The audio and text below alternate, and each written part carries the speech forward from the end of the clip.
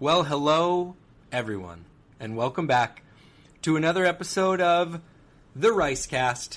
My name is Anthony Russo. I am sitting here at the table across from Dr. Pastor Willie Rice. Pastor Willie, how are you today? Doing great. Hope everybody had a good Thanksgiving holiday, and good to be with you today. I got to talk about something that's kind of pressing, kind of a top-of-mind issue. A lot of people are talking about this. This is not me. This is a lot of people are talking about it. And I'm curious.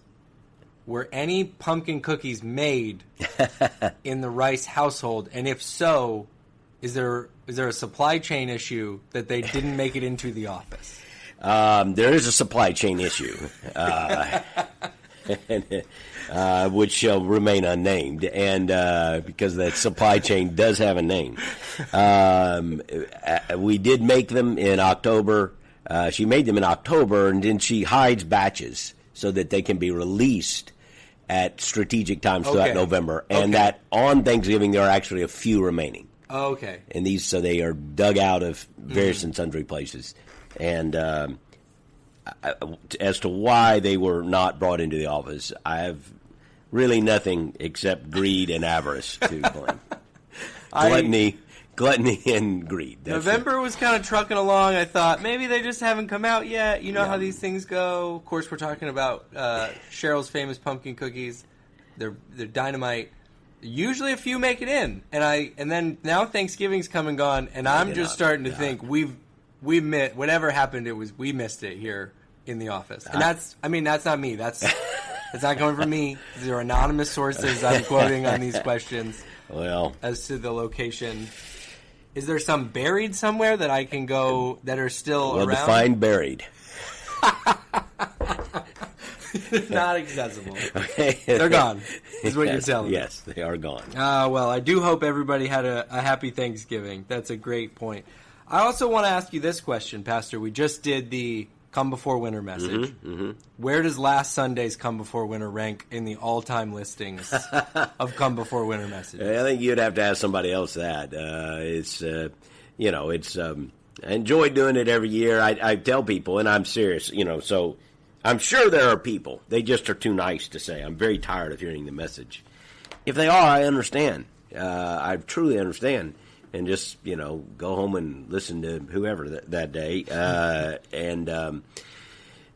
I do have people, whatever their motives, but I do have so many people who love hearing it every year and do encourage us to preach it every year. And it's just one of those habits that, I guess I'm at a point now it's easier to keep on than try to stop. But God does seem to use it. There are people that come in, they're new, and it just becomes part of our Calvary tradition that once a year, to hear this message, that is a reminder that time is fleeting and there are things that must be done while we have the time. And God seems to use it every year. And every year I do hear people, and have since Sunday, who will say it was a needed reminder to do X, Y, or Z. Yeah. And it is what it is. I mean, a focus on, cherishing relationships, seizing opportunities. I don't know what these are timeless reminders. It really is a very, very powerful message, and I was reminded even again hearing it that it just is. It gets a different part of it gets me every time. A different part jumps out at you know what, that really is so important to not miss that. So if you missed Come Before Winter message, it's on the podcast. This was and just because we didn't. Sometimes we have talked about it. It's a sermon because I don't want somebody. I'm not trying to be guilty of plagiarism. Clarence McCartney preached a message entitled Come Before Winter, and he was a famous pastor, I believe in Pittsburgh, a Presbyterian, and he became known for this in the early 1900s. He published the sermon. It was a famous thing, and I believe he preached it every year. I'm not sure. He preached it often, but it became a habit where there were a number of preachers who have. So occasionally you will run into a pastor. I'm by no means the only one who did this. And I had a pastor, just in case you want to know the story behind it, in my college years named Charles Carter. He was at Shades Mountain Baptist in Birmingham. And when I wasn't preaching, I would go to church there. I actually joined that church, although I didn't go a lot because I was preaching. But while I was in college, that was my home church. And he was my pastor, and that was his habit. That was a Sunday night. You had Sunday night services in those days. It was always like the Sunday night right before Thanksgiving or right after or something like that. And he would preach Come Before Winter, and he was a great preacher. So I think that's what gave me the idea, you could do this every year. And so I started back at Gladeview in Anniston, which would have been the early, mid-'90s for me, preaching this. And somehow I took it with me when I pastored 7 years in Pensacola, and it's come here. So it's, you can do the math, 30 years or so I've been doing it. Yeah. And where it ranks, I do not know. I thought it was near the top. Near the top. I'm going to say it's a top 5 delivery of Come Before Winter, but an important perspective, a powerful word. If you haven't heard it, I really encourage you. It's on the YouTube channel. It's on the podcast. Go back and listen to it. Even if you have heard it before, if you've been around Calvary, go check that out. It is just a good reminder. I don't know at what point it would not be a good reminder and an important perspective. It was a special weekend.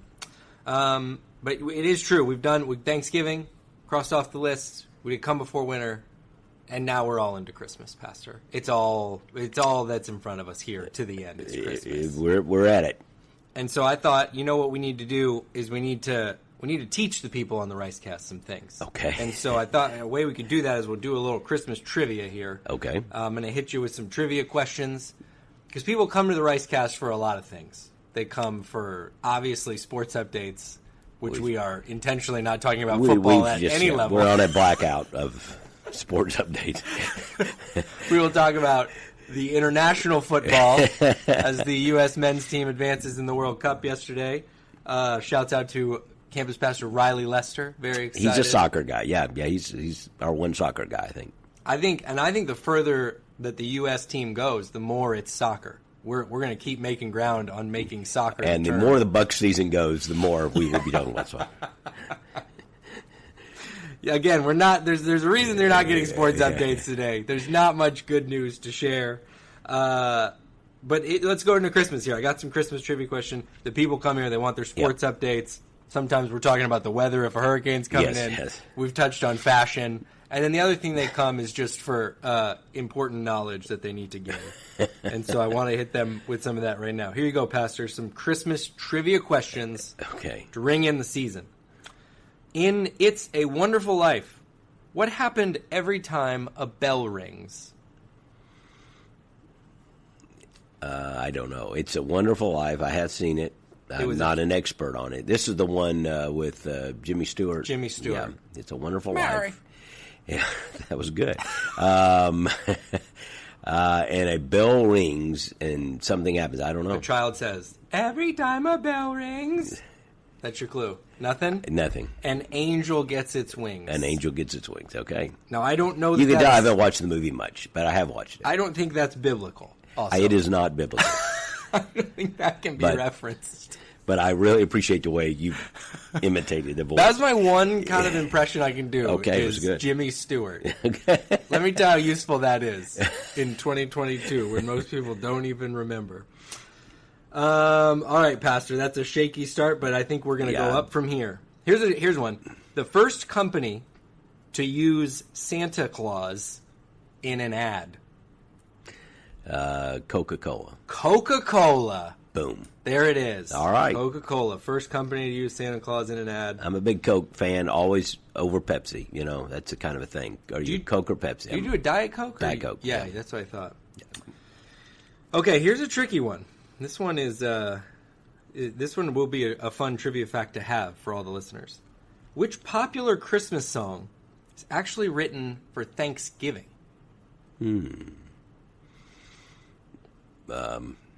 This is going to blow your... This blew my mind. Which popular Christmas song? It's a very popular Christmas song. Written for Thanksgiving. But it is actually written... I'm trying to think of something like Rudolph the Red... I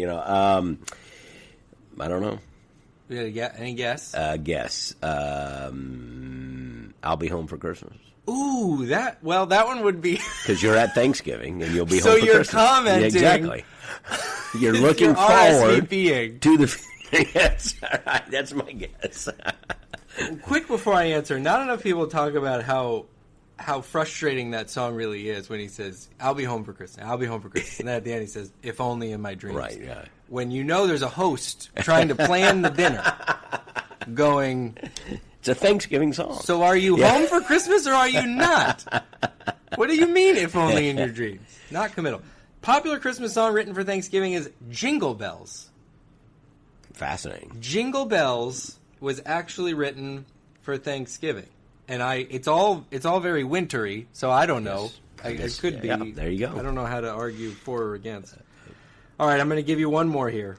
I'm going to give you one more Christmas trivia. And this is another song-related one. And this is, again, I think the listeners like to know this stuff.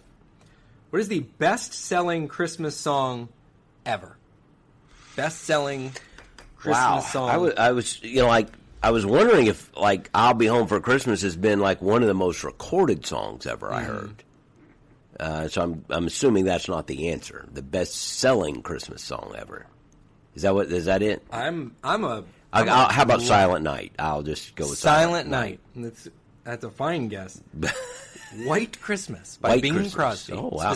That specific version is the best-selling Christmas song of all time. Oh, you know what? I think I had heard that. I'm Dreaming of a White Christmas. I think it was in the movie. There's a movie that came out. Christmas trivia. I'm going with Silent Night, I think. Sticking with it. I think there's a fair argument for "I'll Be Home for Christmas" being a Thanksgiving song. I'll be home with Thanksgiving night. It's no good on Christmas Eve. You got to have a month ahead. Where's he traveling from to say "I'll be home for Christmas" if he's saying that on Christmas Eve? Yeah. It's not far to go. Christmas is here, Pastor. If I can just talk for a little bit, we got some exciting things coming up here at Calvary. We are a little less than 2 weeks away as of this recording, I think, from the Christmas nights of worship. Right. It's an exciting night, and it's good to just highlight it. And that is on a Saturday. I think it's the 10th and 11th. December 10th and December 11th. Saturday and Sunday nights, 2 nights. And this is what we've done for a number of years here at Calvary. We've done a number of extraordinary things in the past, different epics in the church's eras. But for the last several years, what we just call it's a night of worship, a night of worship. Our focus really is worship more than like a performance or a show, and yet it's a wonderful performance at the same time. Our worship team, our singers, our people are singing, but we're welcoming special guest Paul Veloche, who is a well-known Christian recording artist, worship leader, and he'll be at our Clearwater campus that morning. But every one of our campuses can gather on Saturday, Sunday night, and so it's going to be a wonderful night of our people singing, worshiping, leading. It's a great, easy invite to bring somebody, and we hope it'll be a great time. We know it'll be a great time, those 2 nights. And Christmas is unthinkable without music. Right. It just demands music. Yeah. There's Christmas, click on the music, right? And so we gather, and it'll be a wonderful time of singing. And yet we also do try to present the gospel in not only just in the song, but then there is that moment when we just try to wrap it up. And I always try to clearly point to Christ and our hope in Christ, and so it's an opportunity, again, to invite people. I've invited friends in the past and just tell them, hey, it's Christmas. It's like, of course, it's Christmas. Come on. Who doesn't love Christmas? So even unbelievers or people who, are just kind of on the outside of those things that we think of spiritually, will be open to an invitation during this. So the Christmas musical and the Christmas night of worship is a wonderful time. And it's always, too, if you're connected with one specific Calvary campus, which most people are, it's amazing when you see, because your kind of worship team that they're sort of your regulars. When you see everybody come together, there's really nice. So many giftings in our... Yeah, it's really nice. So now that we have 4 campuses, this is even more acutely a reality that we don't have enough time to get everybody together. And again, remember, a lot of these campuses, we've had people who were at Clearwater that got sent out at some point at every one of these campuses, Seminole, Eastlake, and they still have great feelings about their church family here. And sometimes we don't get to be together as much as they love being at Seminole or Crystal Beach. And at Crystal Beach, we've had a lot of people also sent out from our Eastlake campus, maybe more than Clearwater.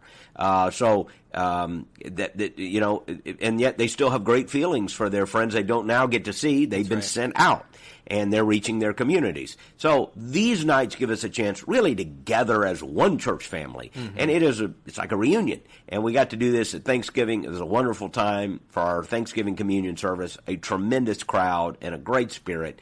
And I think we will have that kind of energy and excitement at these nights of worship. Yeah, it really is. We get two opportunities in December that are great, because you get Christmas Eve, which is, of course, right behind it. And that one maybe feels a bit more like the Thanksgiving communion. It's a little bit more traditional. It's a lot of people that's there.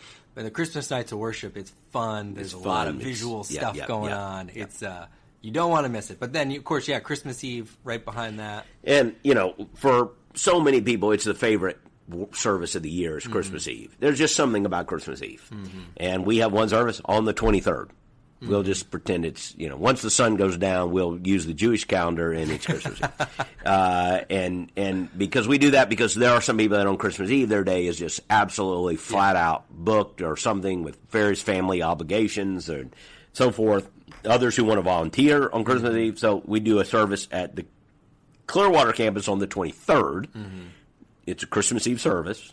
Christmas Eve, and then which is Friday, and then Saturday is Christmas Eve. We have multiple services on every campus, and it is just, if you're new at Calvary, it is a special service. We have candlelight. It's again some beautiful music.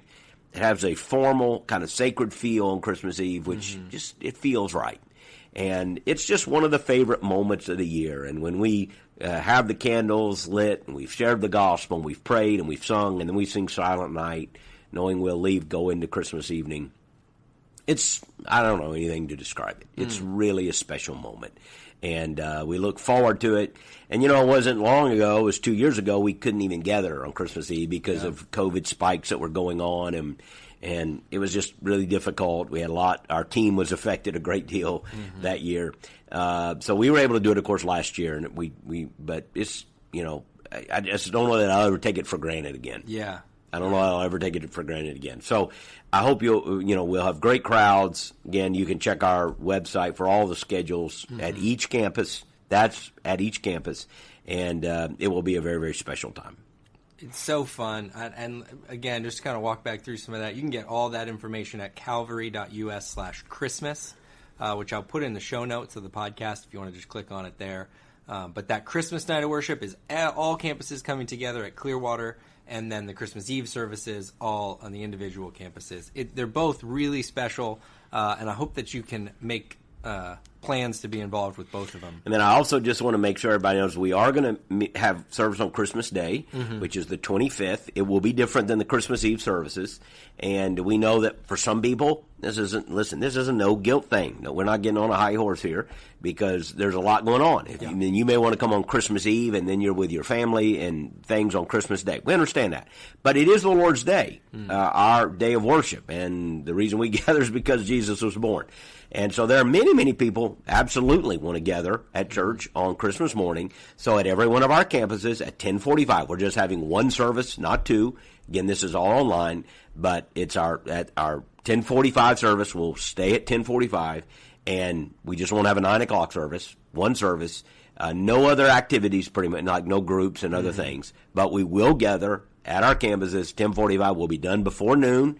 We keep a short, tight service because we know people have a lot of things going on that day. But it is a wonderful thing to gather for an hour and to worship the Lord on Christmas morning.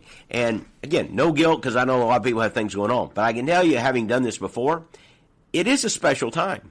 It just feels, there's something that feels really good about it on Christmas morning, getting up, being with the family for a little bit, and then going to church, singing a few Christmas carols, reminding ourselves what the day is all about, And it'll be a special time. We'll have a lot of people on all of our campuses who still gather on Christmas morning for worship. And many of you will be a part of that. Hope you will be.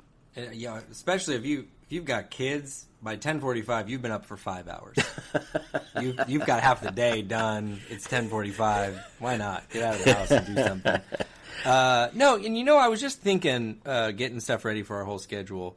We've focused a lot this year, and I think it's been a really positive thing on people who are single adults or people who are battling loneliness. We certainly felt that in the pandemic, a lot of isolation, but loneliness is just a real thing that people deal with. And I thought, you can feel that a lot more acutely over the holidays. And this service might be a nice I don't want to say alternative to loneliness. That seems to maybe a little trite. But it's an opportunity to lean in and say, you can be with your church family. Please, it's 100% true. And listen, let's be honest. There, a lot of people are struggling with isolation, loneliness. It's one of the most crippling, debilitating things that a person can experience. And you can feel alone. So if you're that person and you're living in that reality, maybe you're a single adult. Maybe you're this is a person, maybe, again, there are all kinds of reasons people are single. And don't just understand the vulnerability and lean the other way, which means lean into community. Lean into community. Make these moments a priority and treasure these moments. The second thing is, for those who have family, and pay attention to those around you. We say this all the time. That can be brought into your celebrations, can be brought into your gatherings. This is, again, why you need to be in a small group at Calvary, because almost every one of our small groups, our Bible study connection groups, almost every one of them will be having fellowships during the month of December. Well, you want to be in on that. And don't be the Ebenezer Scrooge and say, I'm not going to a party. You need to be around people. You need the warmth, the community, connection. And let me just say a third one. If there are people in our church family that maybe you haven't seen in a while, because we're still, even 2 years from, COVID, really we're about a year and a half from being at the tail end of that. Right. There's still people that have had a difficult time re-entering and re-engaging. And this might be a perfect excuse to reach out to somebody you haven't seen in a while to say, hey, really miss you. I understand maybe, things, there are reasons why you've kind of wanted to stay detached, but man, I'd love to have you at Christmas. Why don't you come over and meet us for the service, or, just thinking about you at Christmas. Sure miss seeing you. This would be a great time for people to reach out and just to connect. Sometimes people, when you've drifted off a little bit and you've maybe not been as engaged, you just need to know you're wanted. You're not trying to be self-absorbed, but it's nice to know somebody misses you and says, hey, we really do miss you, and we do. Yeah. And it's just a weird time, because we know there were people, for reasons. We all know what happened, COVID. We all talked about that, we're tired of talking about it. But there were reasons that people stepped away and have been more detached. Yeah. And most have re-engaged, but there are some that have not. And at least letting them know they're missed and they're wanted. This is a great opportunity for that also. Yeah. I wonder, too, what you might do you find, obviously you've been a pastor for a long time, do you find that Christmas is really a better opportunity, or I guess that's the best question. Is Christmas a better opportunity to have gospel conversations that you find? Maybe the best time, because maybe even better than Easter, as much as Easter is so gospel-centric. But, everyone understands Easter is innately a Christian thing. I know there's Easter Bunny and all that, but everybody, more I think than Christmas, people understand the doctrinal, spiritual implications of Easter, even if they haven't reasoned it through. Right. Christmas is almost so broad that it's very secular. So now that's a bad and good thing. The good thing is it's so broad that everyone kind of gets touched by it. Like, even people who have zero thought about spiritual things are still celebrating Christmas. Right. I joke about pop stars who will sing about shooting people in drive-by slings and mugging people and sleeping with all kinds of people and doing terrible things, and now we're going to release our Christmas album Oh Holy Night is the first single. You know, it was like it's a huge disconnect, and it frustrates us as Christians. You want to go, are you listening to the words you're singing? Yeah. And yet, it's also an opportunity. Mm-hmm. And the opportunity is, hey, it's all around you. You're hearing, and you know, maybe less so than Easter, but you know there's some spiritual meaning to this. Mm-hmm. Again, you invite someone to come to a night of worship, but it's a night of Christmas music, and that's all they need to know. And I've often said, I've heard it said, lost people can't worship. They can't. Worship is an expression of affection toward God. They can't, but they can watch us worship, and they can feel something in worship sometimes. And I've seen that touch people's heart. I've seen God use worship to soften people's heart. We're not worshiping to entertain them. That's not what we're saying. But we're saying they can watch passionate, genuine worship and be moved by that and be drawn to that. And music has the power to do that. Mm-hmm. So it's a great opportunity to have conversations with people about Christmas and about the meaning of Christmas. First, just offering an invitation to an event. Some key events, offering an invitation. Second, beyond an invitation, actually having the gospel conversation. And what an opportunity to talk about, do you ever think much about what the meaning behind this season is? If maybe you're just having conversation with somebody. Yeah. Do you ever give thought to the meaning behind it? And they might give you some answer. Yeah. And can I tell you what Jesus means to me? Can I tell you what Jesus has done for my life? Yeah. The reason we celebrate his birth is because of boom, ba-dum, ba-dum. You can go into a 3 circles because there's brokenness in the world, but there's a God who loves us, and Jesus came. You get a chance to share the gospel. So I think we should all, as we enter this month of December, be praying, God, make me sensitive to gospel conversation opportunities that are around me. And it's also an opportunity, if you've had a conversation with somebody and you think, how do I re-engage? I had the conversation and that kind of sits there and, it's a kind of an awkward silence. To come back and say, hey, I know we talked about this a couple months ago. Yeah. And you're probably processing. It's Christmas. Mm-hmm. Thought I would circle back around. Have you thought any more about what we talked about? Or any questions you have about that? Again, it's not our job to talk people into or out of something. It's not our job to give a clever sales pitch that manipulates people. That is not what sharing our faith is about. Right. It's about having gospel conversations where we share the truth about who Jesus is and what he's done for us and showing people the way that they could have a relationship with Christ. Mm-hmm. The gospel has unique power, and when the message is shared, you will see hearts transformed. So it's our job to share the message, and this is, I think, the greatest time of year to do that. Mm-hmm. And I think that invite piece really is a great starting point. I'm thinking of the person, I think we've talked on another episode of the podcast, about just, you'll meet these people who are just bent toward evangelism, they go to the grocery store, revival breaks out in aisle 3, everybody's, and you're just like, wow, like if you're anything like me, you're like, I wish I had a little bit of that, because it just doesn't, I just feel clunky, I feel awkward, I feel intimidated, and some people it just flows. But I think that invite piece to our celebrations of Christmas, and then to say, like, come with me, let's go together to this thing. I don't know anybody who's ever, even if your calendar's full, you can't go. Don't you want to be invited? Everybody wants to be invited. It's Christmas. It's Christmas. You want to be, no one's ever going to be like, I can't believe they invited me to something. Get the Christmas invitation cards.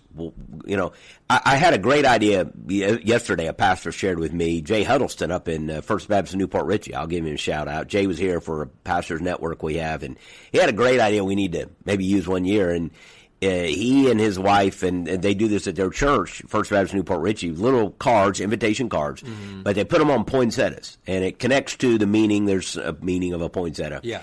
And literally what they just challenge their people to do, so I throw this out because somebody could do this. It takes no real preparation. You could do it on your own.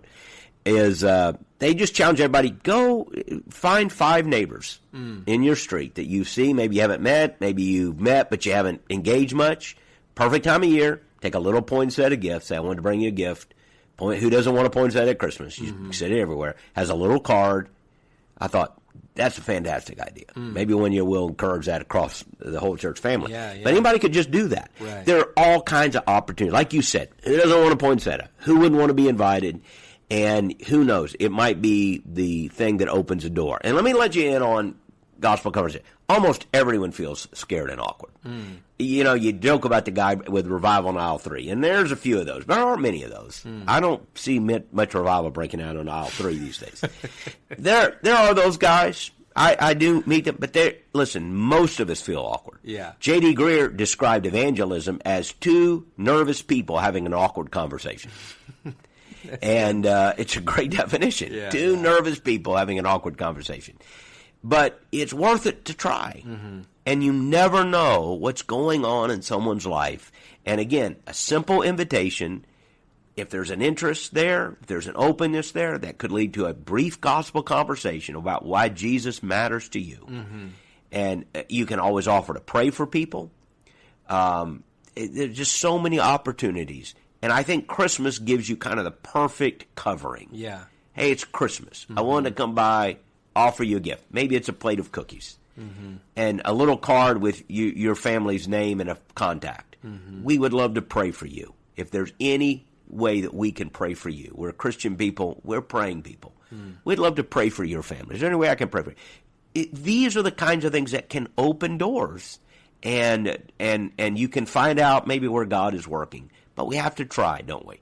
And we're all bad in our area. I mean, I think there's a susceptibility to live in our communities where the garage door goes up and it goes down, and we don't engage our neighbors, and there are no front porches anymore where everybody's out. You know, some neighborhoods are, but you know what I'm talking about. We have to make intentional efforts. This is the type of year where we could go, what if you just went and gave a poinsettia to 5 neighbors or a plate of cookies or whatever? It's like they'll go, they won't think it's weird. Now, if you do it in August, they might think it's weird. They might go, what? Plate of cookies in August? But it's Christmas. You walk and say, hey, we're just thinking about our neighbors at Christmas. They don't think you're that weird. And so, not saying you shouldn't do it in August. I'm just saying, what an easy time. Yeah. It's ready for us. So church, family, listeners, let's not miss the opportunity to share the good news of Jesus. At least pray for people. At least invite people. We can all do something over the next couple of weeks. And I believe God would use that to change lives if we did. It's so good. And, you know, we talk here at Calvary about your oikos. We talk about your sphere of influence, your family, your friends you can be praying for. Hopefully you've put some thought to that. And like you said, it takes a degree of intentionality, right? If you're just going to say, well, if they ask me what I'm doing December 10th at 6 p.m., then I'll tell them. Then I'll invite them. No, you're going to have to probably take a step. But I think what we're saying here and what you've articulated so well, this is a great time of year. Whoever that person is you're praying for, whoever God's put on your heart, this is a great time of year to take that step, to just move in that direction, invite them to come with you, small gestures like you mentioned. That's all so good. So if you had any, I know we covered a lot when we talked about Christmas Eve, Christmas nights of worship. All that information, I'll say again, calvary.us/Christmas. You can go there, get the full rundown. At all the Calvary campuses this Sunday, there will be invite cards. There will be those things that we talked about. So you can grab a stack of those. You know, hey, if you, some people own their own business, you got a place. You can also just leave those out. You can grab a whole stack of them, have them out for people to grab. We want you to get a handful of them, right? Yes. Yeah, we ordered oodles. So grab as many as you need. Oodles. Oodles. That's an official number. Oodles. As many as pumpkin cookies should have made into the Calvary offices. Lots of invites. So Calvary campuses this Sunday. Make sure you grab those. And again, calvary.us/Christmas for all the events that we have going on. Pastor, thanks for playing along. Thanks for participating in Christmas trivia. You did I think I got one right. You got the hard one. I got the hard one. You got the difficult one right, there you go. For sure. All right, Calvary family, we love you. We'll be back again here with another episode very soon.